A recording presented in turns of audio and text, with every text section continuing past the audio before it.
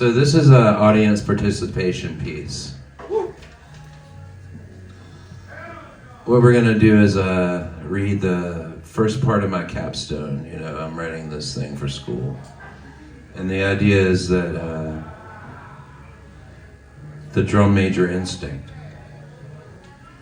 Martin Luther King talked about harnessing the power of the drum major instinct by not comparing the wealth you have in conditions to compete with others. He says that even at church, the preachers are showing their insecurities by boasting about and bragging about the prominent members of their congregation. Martin Luther King says churches need to be humble, and they need to humble themselves. And churches need to be a holy place where they can shed their societal roles and make church a spiritual place for enlightenment and worship. Martin Luther King went on to say that the people who pervert the ego using unharnessed self-importance and use their role to separate into exclusionism, or very important people craving praise and recognition. Basically, MLK was saying, let go of the ego, man. You know, join us into a humanhood of mankind. The drum major instinct was even praised by Jesus as a human driving force for instinct and being first and significant and important. When humans work for the art of goodness, for peace, works for peace and works for reciprocity, then the drum major instinct is essential. Martin Luther King says that people that talk and think they know famous people and pretend, they are using the drum major instinct to distort their personalities. This other, the drum major instinct is necessary and unavoidable. Martin Luther King says, use it for good. If you're going to be an egomaniac, just use it for fucking being good, man. Being Peace on Main Street was a process of rituals performed when lonesome hours without much traffic and walkers and passerbys made things slow. I would work with magic rituals, breath work, and visualizations. These practices created safety and protection on the street by storing up light energies and chi, working along with preparing the aura. The moral of the essential grimoire, Book of Magic, is that no one can use magic on personal attainment or manipulation of other people. The book was made for me to use ritual as a form of working on myself and practicing magic to be my best person. These ritualistic practices and techniques are intended to keep you safe and enlivened to create spirituality and soul life.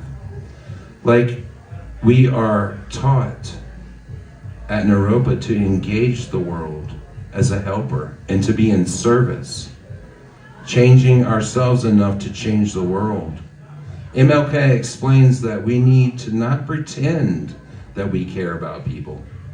We need to act as if our community needs to work together. And you can use the ego as a force of goodness.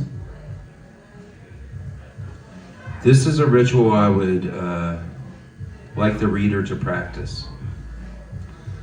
Directing energy to the hands. One of the first ritual magic practitioners is learn how to focus on the hands. Hands have built this world, and hands have done a lot of good. Also deconstructed this world. It's only a short step to direct energy to the hands and using it for many purposes, such as healing, protection, and defending the aura against among other things. Begin by rubbing your hands together until they are warm. Close your eyes and imagine a golden orb in the center of your chest. taking several deep, even breaths to light the orb on each inhalation and exhale, until the light grows inside of you and runs down your arms like glowing lava. All the while doing the breath work and visualization, the light intensifies, becoming brighter in your heart center orb. Imagine the light growing brighter and spilling out of your hands. Be familiar with this ritual until it becomes clear in your mind. Watching the light moves down your arms into your hands. You can add other senses to your ritual that will strengthen the effects of your magic. So this is where the audience participation comes in. What I would like you to do is direct energy to your hands. When beginning the magic training, the first thing that most people learn to focus on is their hands. Once you are capable of consistently and consciously directing energy to your hands, it's only a short step to direct through the hands and use it for all sorts of other purposes, such as charging items, healing, creating shields to protect and defend your aura, and countless other uses. So we're going to do this together, friends. Rub them till they're warm.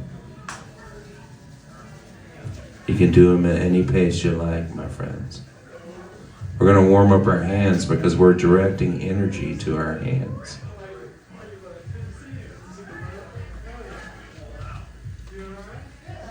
Begin by rubbing your palms together briskly for 30 seconds until you feel the beginning of the warm glow. When you do this, you're waking up the stimulating major energy centers in your hands. Next, close your eyes. This is the part where we close our eyes, brothers and sisters. And focus on the golden sphere-shaped energy center in the middle of your chest. So we're going to imagine this orb in the middle of our chest, over our heart center, right? Take several deep, even breaths while visualizing that you're pulling chi. You know what chi is, right? Or energy from the world around you. Every inhalation. With every breath, the golden sphere in your chest grows brighter and brighter as it fills the life-giving energy.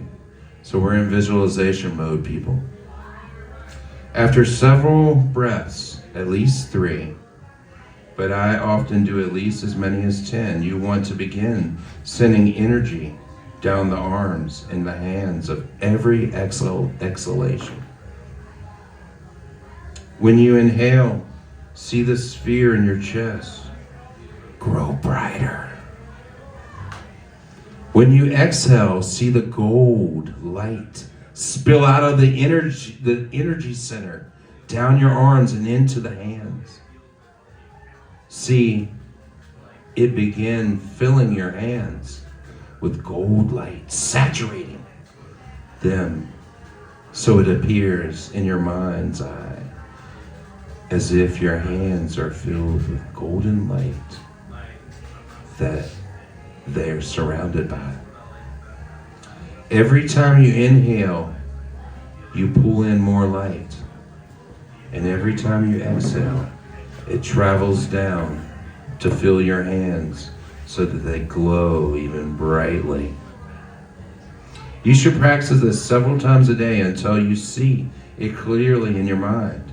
You should also do it a few times when you're preparing to either send or receive energy in your hands, like when you're building a world.